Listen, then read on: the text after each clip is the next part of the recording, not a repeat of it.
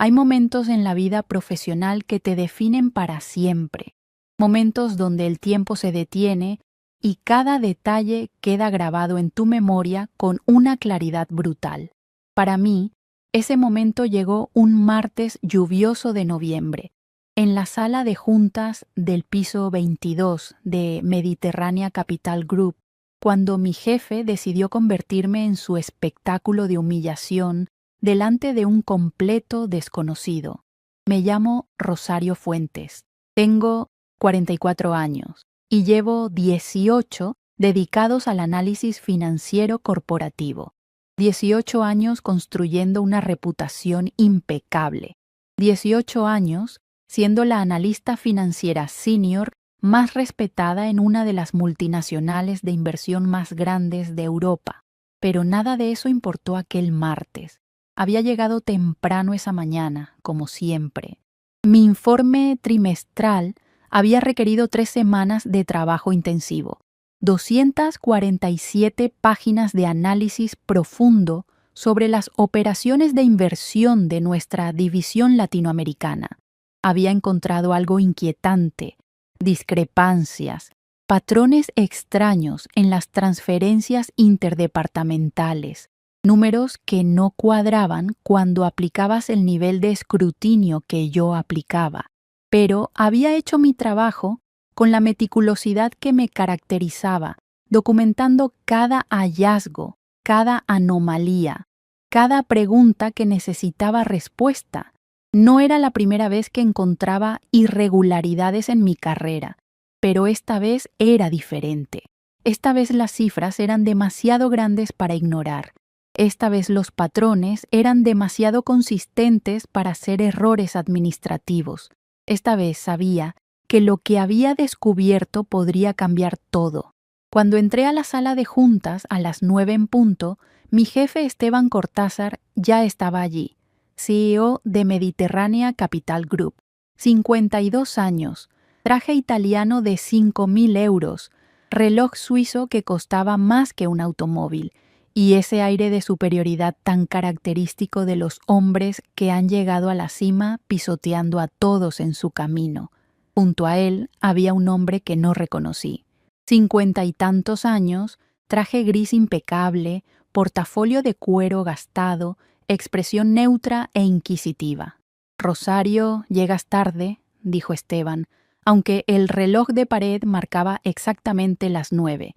Era su forma de establecer dominancia desde el primer segundo, una táctica que había usado conmigo durante los 8 años que llevaba trabajando directamente bajo su supervisión. «Buenos días, Esteban. Llego puntual según la hora programada», respondí con calma profesional, colocando mi portafolio sobre la mesa. No iba a permitir que su pequeño juego de poder me desestabilizara antes de comenzar mi presentación. «Este es el señor Mendoza», dijo Esteban sin presentarme al visitante. «Está haciendo un tour por nuestras oficinas, observando cómo trabajamos. Quería ver una presentación real de nuestro departamento de análisis». Su sonrisa tenía algo siniestro, algo que debía haber notado. Algo que en retrospectiva era tan obvio como una señal de neón en la oscuridad. Me volteé hacia el señor Mendoza y extendí mi mano. «Rosario Fuentes, analista financiera senior. Es un placer». El hombre estrechó mi mano con firmeza, sus ojos grises estudiándome con una intensidad peculiar. «Ricardo Mendoza, el placer es mío, señora Fuentes». Su voz era tranquila, mesurada, profesional. Había algo en su mirada que no podía descifrar, una inteligencia aguda que observaba, catalogaba, analizaba. «Bien, Rosario», interrumpió Esteban, sentándose en la cabecera de la mesa como un rey en su trono. «Preséntanos ese informe trimestral que tanto tiempo te tomó. El señor Mendoza está ansioso por ver la calidad de trabajo que producimos aquí». La forma en que dijo «calidad» tenía un tono de burla apenas disimulado. Debía haberlo escuchado. Debía haber comprendido que algo estaba terriblemente mal. Respiré profundo. Había presentado cientos de informes en mi carrera. Esta no sería diferente. O eso pensaba. Conecté mi laptop al proyector y la primera diapositiva iluminó la pantalla. Análisis trimestral Q3, División Latinoamérica, irregularidades detectadas y recomendaciones. Vi cómo la mandíbula de Esteban se tensaba al leer el subtítulo. Su mano derecha se cerró en un puño sobre la mesa. Debí haberlo visto venir. Todas las señales estaban ahí. Como pueden ver en el resumen ejecutivo, comencé con voz firme, manteniendo contacto visual alternado entre Esteban y el señor Mendoza. El tercer trimestre presenta patrones preocupantes en los flujos de capital entre nuestras subsidiarias en México, Colombia y Brasil. He identificado aproximadamente 43 millones de euros en transferencias que no están adecuadamente documentadas según nuestros protocolos de auditoría interna. Detente ahí, interrumpió Esteban, levantando una mano. Su rostro había cambiado, la máscara de cortesía profesional había desaparecido, reemplazada por algo más oscuro, más peligroso. 43 millones en transferencias no documentadas, ¿eso es lo que estás diciendo? Sí, las cifras están detalladas en las páginas 12 a 34. He rastreado cada transacción y... Rosario me cortó nuevamente, esta vez con una risa condescendiente que me heló la sangre. ¿Sabes cuál es tu problema? Siempre has sido demasiado meticulosa, demasiado paranoica. Ves fantasmas donde no los hay. Sentí como la temperatura de la habitación cambiaba. El señor Mendoza permanecía inmóvil, observando, sus dedos entrelazados sobre la mesa. Sus ojos se movían entre Esteban y yo como espectador de un partido de tenis, pero su expresión permanecía completamente neutral. Con todo respeto, Esteban, no son fantasmas, son discrepancias reales y documentadas. Tengo los extractos bancarios, las autorizaciones de transferencia, los... Si encuentras este contenido valioso, no olvides darle like, suscribirte al canal y comentar qué opinas sobre esta historia de venganza corporativa. Tu apoyo ayuda a que más personas conozcan estas verdades del mundo empresarial que nadie se atreve a contar. Esteban se puso de pie abruptamente, su silla chirriando contra el suelo de mármol. ¿Sabes qué, Rosario? Estoy cansado de esta actitud. Cansado de que cuestiones cada decisión, cada movimiento que hacemos en esta empresa. Se acercó a mí, arrebatándome el informe impreso de las manos. 247 páginas, 3 semanas de trabajo, noches sin dormir, fines de semana sacrificados, toda mi credibilidad profesional en esas hojas. Esteban, por favor, ese es el único ejemplar físico que... Pero no me dejó terminar. Frente a mis ojos incrédulos, frente al señor Mendoza que observaba con expresión inescrutable, Esteban levantó mi informe por encima de su cabeza y lo lanzó con fuerza contra el suelo. Las páginas explotaron en todas direcciones, volando por la sala de juntas como pájaros asustados, aterrizando bajo las sillas, sobre la mesa, junto a las ventanas que daban al paisaje lluvioso de Madrid. El sonido del papel golpeando el suelo resonó en el silencio que siguió. Un silencio tan denso que podía sentirse físicamente. Esto, dijo señalando el desastre de papeles en el suelo, su dedo acusador temblando de rabia, es exactamente lo que vale tu trabajo, Rosario. Basura, basura de amateur. Su voz había subido hasta convertirse en un grito que seguramente se escuchaba en las oficinas adyacentes. ¿Dónde estudiaste finanzas? ¿En una universidad de tercera? ¿En algún curso online barato? Las lágrimas amenazaban con salir, pero me negaba a darle esa satisfacción. Mis rodillas temblaban mientras me agachaba lentamente para comenzar a recoger las páginas dispersas de mi informe. La humillación era completa, total, devastadora. Cada página que recogía del suelo era como recoger fragmentos de mi dignidad profesional. Pensé en mis 18 años de carrera, en las noches que había pasado estudiando para obtener mis certificaciones, en los sacrificios que había hecho para llegar a donde estaba, en todas las veces que había soportado comentarios condescendientes, que había sido ignorada en reuniones, que había visto a hombres menos calificados ser ascendidos sobre mí. Señor Mendoza, continuó Esteban, volteándose hacia el visitante con una sonrisa de satisfacción cruel, como un matador que acaba de dar la estocada final. Como puede ver, no toleramos la mediocridad en Mediterránea Capital. Cuando alguien produce trabajo de mala calidad, lo dejamos muy claro. No podemos permitir que analistas paranoicos inventen problemas donde no existen solo para justificar su salario. Yo seguía en el suelo, recogiendo hojas, sintiendo cómo cada palabra de Esteban era un cuchillo en mi espalda profesional. 18 años de reputación impecable destruidos en 3 minutos. Podía sentir las lágrimas formándose, pero parpadeaba furiosamente para mantenerlas a raya. No lloraría, no le daría ese poder. Entonces escuché una voz tranquila, serena, pero con un filo de acero que cortó el aire como una navaja. Interesante postura, señor Cortázar. Levanté la vista desde mi posición en el suelo.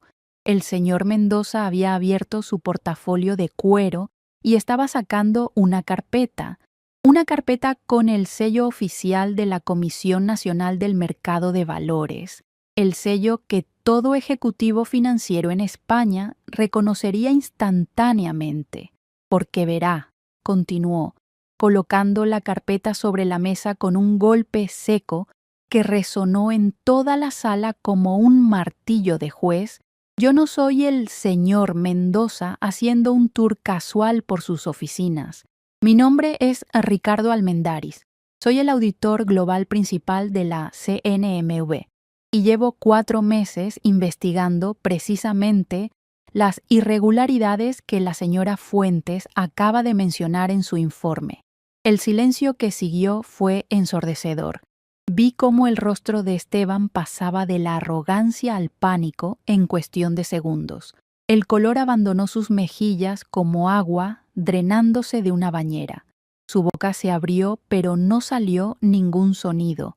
Por primera vez en los 8 años que llevaba conociéndolo, vi miedo genuino en sus ojos.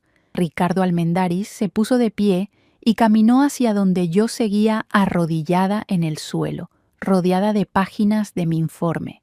Me extendió su mano con un gesto de respeto que contrastaba brutalmente con el trato que acababa de recibir de mi propio jefe. Permítame ayudarla, señora Fuentes. Me levanté con su ayuda, mis piernas aún temblando, pero ahora no por humillación, sino por una mezcla de shock y algo que se parecía peligrosamente a la esperanza, a la vindicación. Esas 43 millones de euros que usted mencionó, continuó Almendaris, recogiendo algunas páginas del suelo con cuidado reverencial, como si fueran documentos históricos invaluables. Son exactamente la cifra que nuestro equipo de investigación ha estado rastreando desde junio. Transferencias no autorizadas, documentación falsificada, desviación de fondos de inversión hacia cuentas fantasma en paraísos fiscales. Se volvió hacia Esteban, quien parecía haberse convertido en una estatua de sal, completamente paralizado por el shock de lo que estaba sucediendo.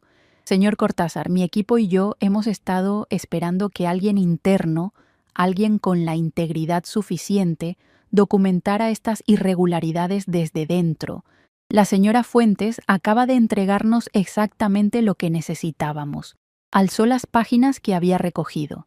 Cada una de estas páginas, que usted acaba de llamar basura, es evidencia en una investigación criminal de fraude corporativo y malversación de fondos. Yo no sabía, tartamudeó Esteban. La arrogancia había desaparecido completamente, reemplazada por pánico puro. Esto es un malentendido. Las transferencias son legítimas, solo que la documentación se retrasó por procesos administrativos. Señor Cortázar, lo interrumpió Almendaris con una voz que no admitía réplica. Le sugiero que no diga nada más sin su abogado presente. Todo lo que diga a partir de este momento quedará registrado en el informe oficial de auditoría. Sacó su teléfono y marcó un número. Aquí Almendaris. Confirmo el código rojo para Mediterránea Capital. Solicito presencia inmediata del equipo de intervención y asesoría legal. El CEO acaba de confirmar conocimiento de las irregularidades. Mi mente intentaba procesar lo que estaba sucediendo. Minutos antes estaba siendo humillada públicamente, mi trabajo destruido, mi reputación hecha pedazos. Y ahora el auditor global de la CNMV estaba usando mi informe como evidencia criminal. Señora Fuentes, dijo Almendaris, volteándose hacia mí, voy a necesitar que permanezca disponible. Su informe es extraordinariamente detallado. El nivel de análisis forense que aplicó va más allá de lo que esperaríamos de un analista interno. ¿Tiene copias digitales de toda esta documentación? Sí, respondí, mi voz finalmente recuperando firmeza. Tengo todo respaldado en la nube, cada extracto bancario, cada autorización, cada email relevante, todo. Había aprendido hacía años que en el mundo corporativo la documentación lo es todo. Nunca imaginé cuán crucial sería esa lección.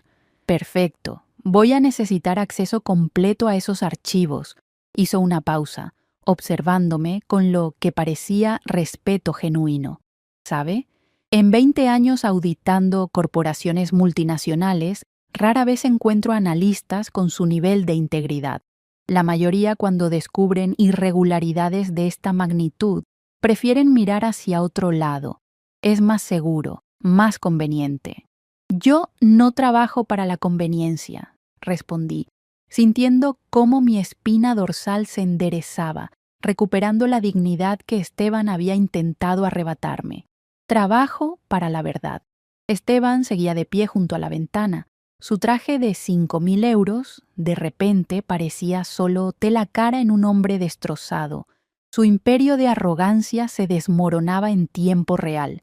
Vi cómo sus manos temblaban ligeramente mientras intentaba procesar la magnitud de lo que estaba sucediendo. ¿Cuánto tiempo?, preguntó con voz quebrada, tan diferente del tono autoritario de hace minutos. ¿Cuánto tiempo llevan investigándome? Desde que un analista junior en nuestra subsidiaria de Brasil reportó transferencias sospechosas en marzo, respondió Almendaris con tono profesional y distante. Pero la investigación se estancó porque necesitábamos documentación desde dentro de la matriz, alguien con acceso a los sistemas centrales, alguien con la experiencia para conectar los puntos a través de múltiples jurisdicciones. Me miró significativamente.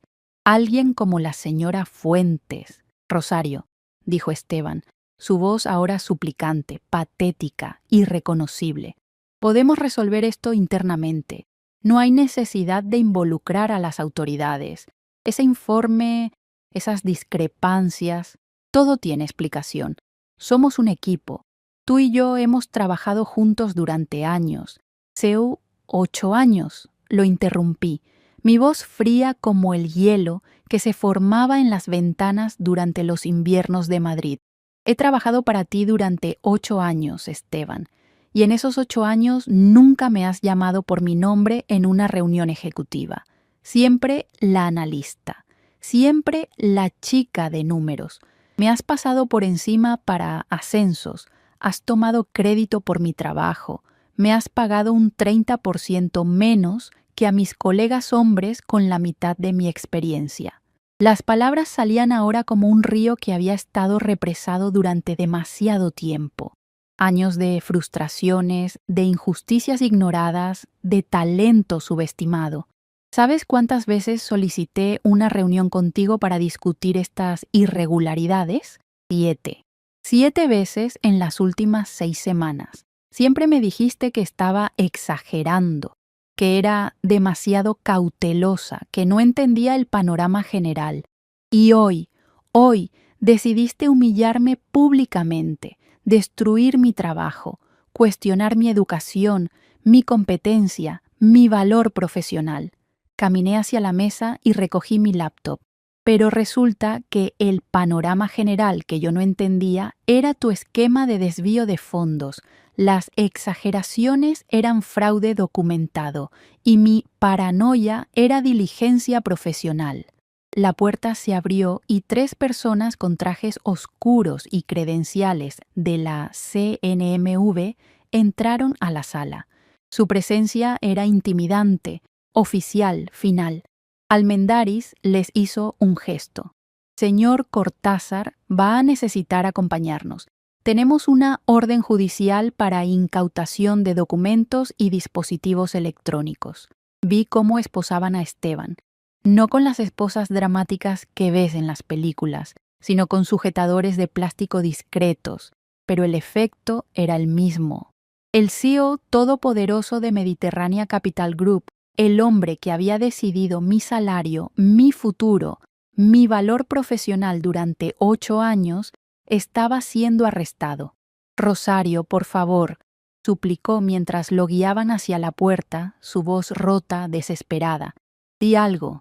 Sabes que esto es un malentendido. Sabes que yo nunca... Lo único que sé, dije con voz firme y clara, cada palabra elegida con precisión quirúrgica, es que tiraste al suelo un informe que documentaba fraude corporativo porque tenías miedo de que revelara tus crímenes, y lo hiciste delante del mismo auditor que te estaba investigando. La ironía era tan perfecta que casi parecía ficción, casi. Pero esto era terriblemente, gloriosamente real. Cuando se lo llevaron, Almendaris se acercó a mí. Señora Fuentes, entiendo que esto ha sido traumático. Si necesita tomarse unos días... No, lo interrumpí. No necesito tiempo. Necesito saber qué sigue. 43 millones es solo lo que he rastreado hasta ahora. Si me dan acceso completo a los sistemas, si puedo investigar sin restricciones, estoy segura de que hay más, mucho más. Almendaris sonrió. Una sonrisa genuina de apreciación profesional. Esa es exactamente la actitud que esperaba. Estaría dispuesta a trabajar con nuestro equipo de investigación, de manera oficial, con compensación adecuada y protección legal como testigo clave. ¿Cuándo empezamos? Pregunté sin un segundo de duda. Ahora mismo, si está disponible. Las siguientes semanas fueron un torbellino de actividad frenética, con acceso completo a los sistemas y sin Esteban bloqueando mis investigaciones, los hallazgos se multiplicaron exponencialmente. Los 43 millones eran solo la punta del iceberg. Descubrimos un esquema de corrupción que se extendía 5 años atrás, involucrando a 3 vicepresidentes, 2 directores regionales y una red de compañías fantasma en 7 países. Trabajé 16 horas al día durante semanas.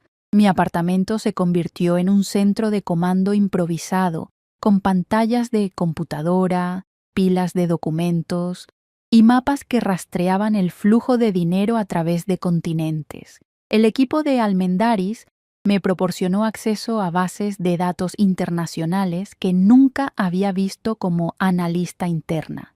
El número final fue devastador. 187 millones de euros desviados de los fondos de inversión de clientes hacia cuentas privadas. No eran solo números en una pantalla, eran vidas arruinadas, pensiones evaporadas, ahorros de toda una vida robados por ejecutivos en trajes caros que creían estar por encima de la ley. Encontré el caso de María Gutiérrez, una maestra jubilada que había invertido sus ahorros de 30 años, 90.000 euros que planeaba usar para el tratamiento médico de su esposo, desaparecidos, robados, convertidos en el segundo yate de un vicepresidente. Encontré el caso de Jorge Ramírez, un empresario que había vendido su negocio familiar y confiado 3 millones a Mediterránea Capital para asegurar el futuro de sus hijos, dinero que nunca vería de nuevo. Cada archivo que abría, cada cuenta que rastreaba, revelaba otra víctima, otro rostro, otra vida destrozada por la codicia de hombres que ya tenían más dinero del que podrían gastar en varias vidas. Testifiqué en 17 audiencias. Mi informe, aquel que Esteban había lanzado al suelo con desprecio, se convirtió en el documento central del caso. Los medios lo llamaron el informe que derribó a Mediterránea Capital. Las páginas que él había llamado basura se convirtieron en evidencia que mandó a prisión a 11 ejecutivos de alto nivel. La cobertura mediática fue intensa. Reporteros acampaban fuera de mi edificio. Mi rostro apareció en las portadas de periódicos financieros. Me convocaban a entrevistas, conferencias de prensa, paneles de discusión. La analista paranoica se había convertido en la heroína whistleblower que destapó uno de los mayores escándalos financieros en la historia reciente de España. Pero no todo fue gloria. Recibí amenazas, llamadas telefónicas en medio de la noche, emails anónimos diciéndome que pagaría por destruir una empresa respetable. Tuve que mudarme temporalmente a un apartamento seguro proporcionado por la CNMV. Necesitaba escolta policial para ir a las audiencias. Algunos colegas me evitaban. Me llamaban traidora.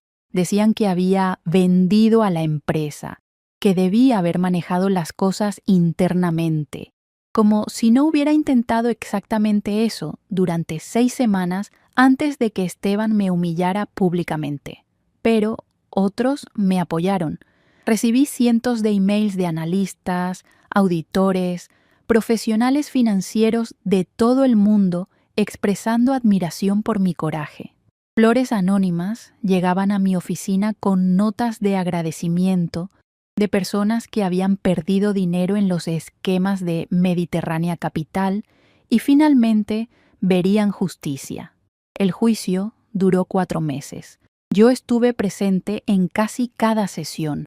Vi cómo los abogados defensores intentaban desacreditar mi análisis, cuestionaban mi metodología, sugerían que había malinterpretado datos legítimos, insinuaban que tenía motivos personales para fabricar evidencia contra Esteban, pero mi trabajo hablaba por sí mismo.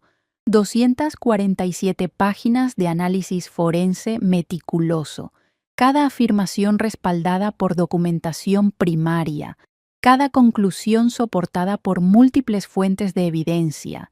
Era inexpugnable. Cuando el veredicto llegó, estaba sentada en la galería pública, culpable en todos los cargos. Las palabras resonaron en la sala del tribunal.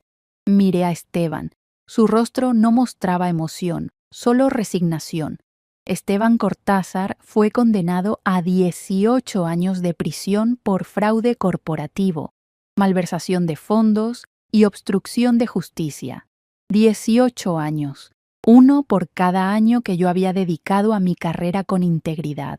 La simetría no pasó desapercibida para los comentaristas en los medios, pero la verdadera venganza no fue verlo en prisión.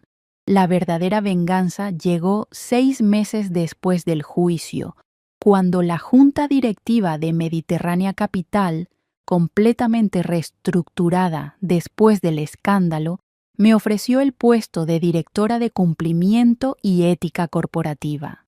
Un puesto creado específicamente para mí, con un salario que triplicaba lo que Esteban me había estado pagando y la autoridad para implementar los protocolos de auditoría más rigurosos de la industria, no solo para Mediterránea Capital, sino como modelo para toda la industria financiera española. Acepté, no por el dinero, no por el título. Acepté porque era mi oportunidad de asegurar que lo que me había sucedido, lo que había sucedido a cientos de clientes defraudados, nunca volvería a suceder.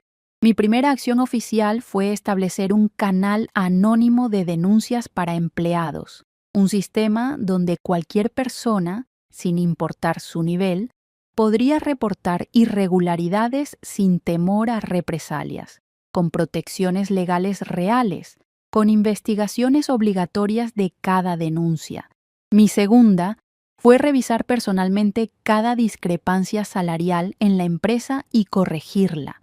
Encontré que el 62% de las mujeres en puestos técnicos estaban siendo pagadas significativamente menos que sus contrapartes masculinos. Lo arreglé en 3 meses.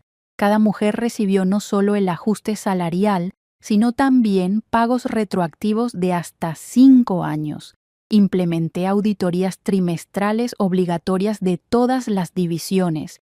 Creé un comité de ética independiente con poder real para investigar y sancionar.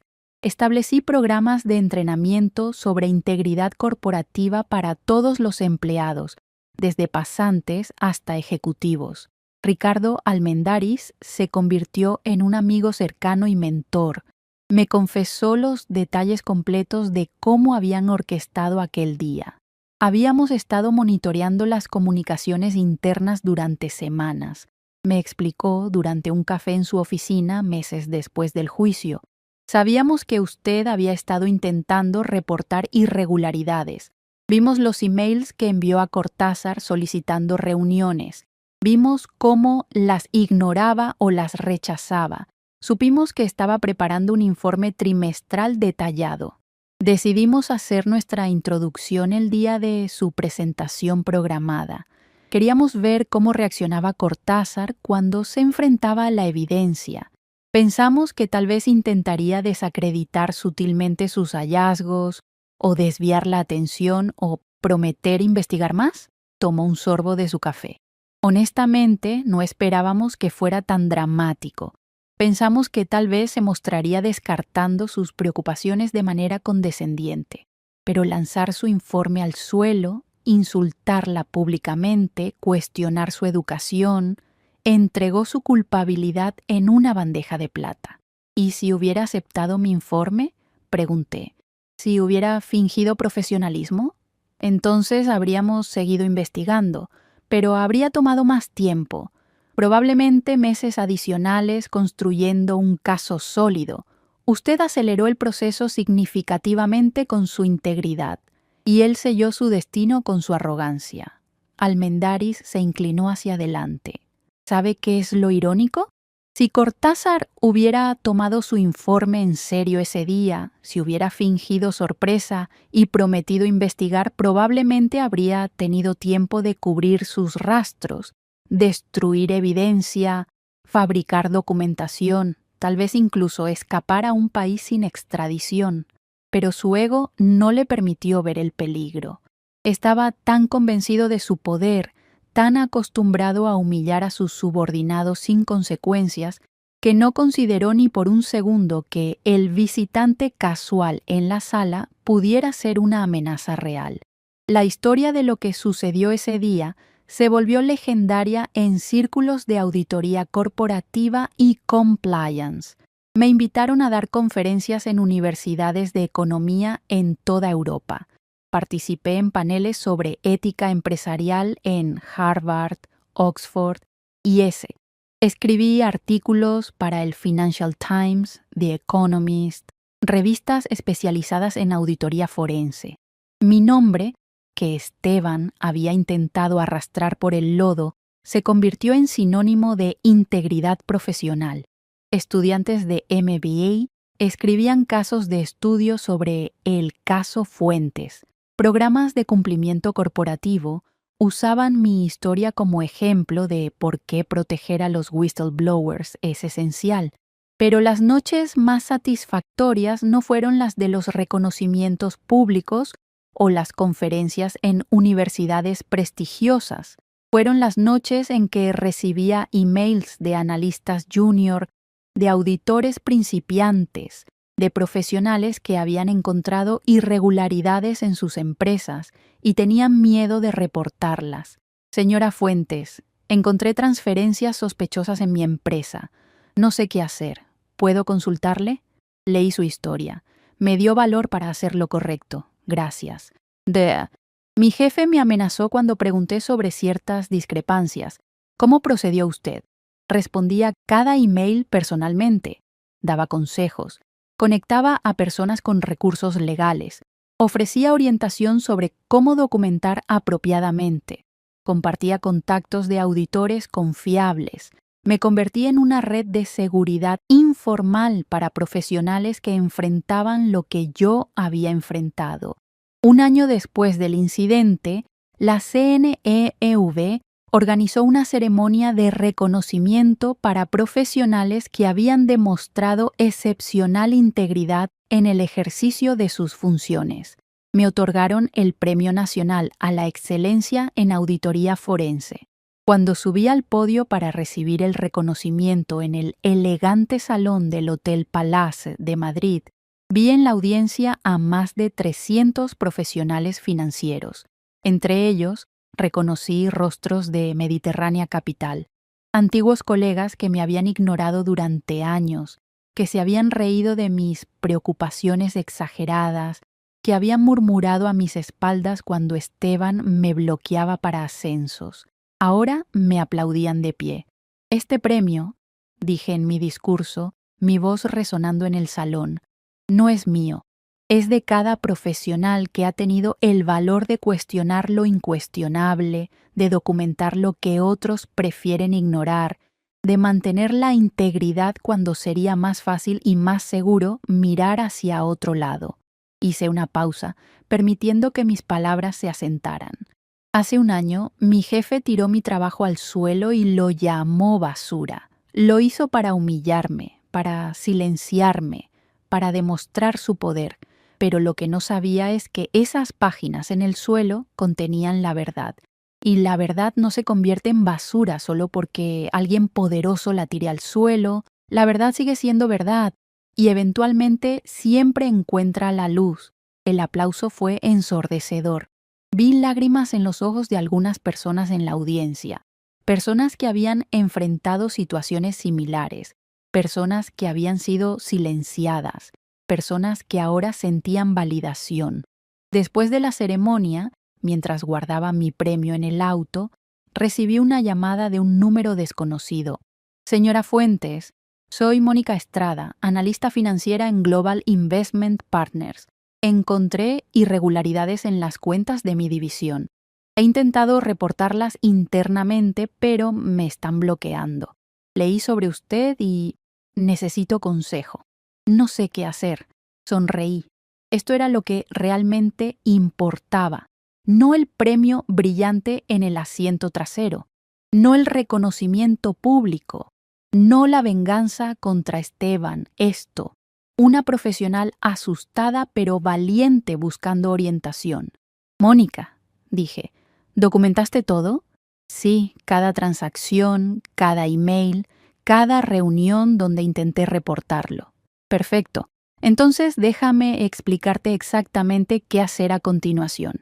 Y Mónica, no tengas miedo.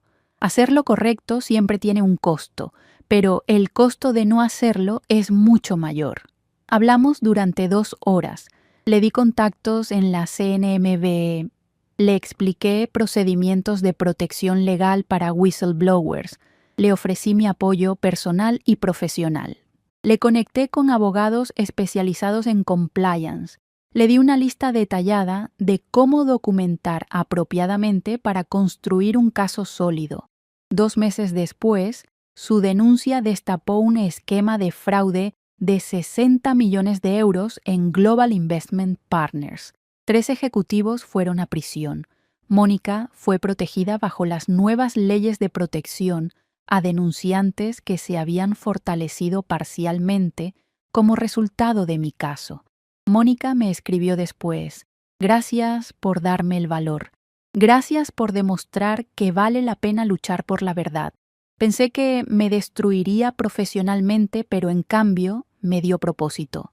Esa noche, en mi apartamento, saqué una copia enmarcada de la primera página de mi informe, la página que Esteban había lanzado al suelo con desprecio, la misma que ahora colgaba en la oficina del fiscal general como parte de la evidencia del caso más grande de fraude corporativo en la historia reciente de España. Análisis trimestral Q3, División Latinoamérica, irregularidades detectadas y recomendaciones, por Rosario Fuentes, analista financiera senior, 18 años de carrera, un momento de humillación brutal, una oportunidad perfecta de venganza y la decisión más fácil de mi vida, hacer lo correcto, sin importar el costo. Esteban había intentado destruirme ese día lluvioso de noviembre, pero lo que realmente destruyó fue su propia carrera, su libertad, su legado. Todo porque subestimó a la analista paranoica y sobreestimó su propio poder. La mejor venganza no es la que planeas, es la que se construye naturalmente cuando vives con integridad mientras otros construyen imperios sobre mentiras. Porque los imperios de mentiras siempre, eventualmente, inevitablemente, se derrumban. Y cuando se derrumban, las personas que documentaron la verdad son las que quedan de pie entre los escombros. Miro por mi ventana hacia el horizonte nocturno de Madrid. Las luces de la ciudad brillan como estrellas terrestres. En algún lugar de esta ciudad, Esteban Cortázar cumple su sentencia en una celda de 3 por 4 metros, su traje de 5.000 euros reemplazado por un uniforme de prisión, su esquina de oficina con vista panorámica reemplazada por una ventana con barrotes que da a un patio de cemento.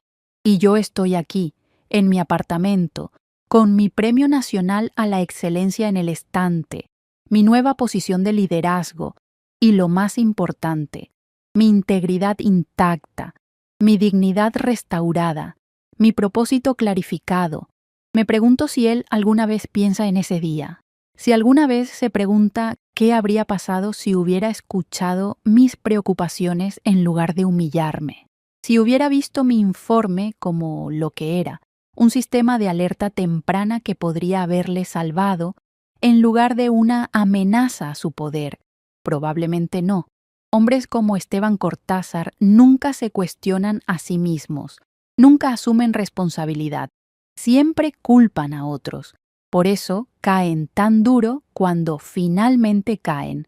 Mi teléfono vibra, otro email, otra analista de otra empresa reportando irregularidades, otra profesional valiente que necesita orientación.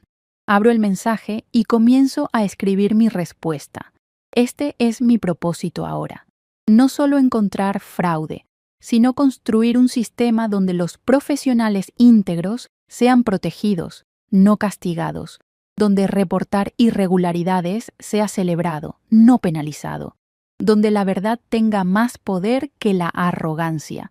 Esteban pensó que tirar mi informe al suelo era el final de mis preocupaciones, el final de mi credibilidad, el final de mi carrera, pero resultó ser solo el principio del fin para él y el principio de algo mucho más grande para mí. La venganza más dulce es aquella que llega no por lo que buscas, sino por lo que construyes mientras te mantienes fiel a tus principios. Y yo, Rosario Fuentes, construí un legado que ningún CEO arrogante podrá jamás tirar al suelo, porque la verdad, una vez documentada, vive para siempre, y la justicia, aunque a veces llega lenta, siempre encuentra su camino, siempre.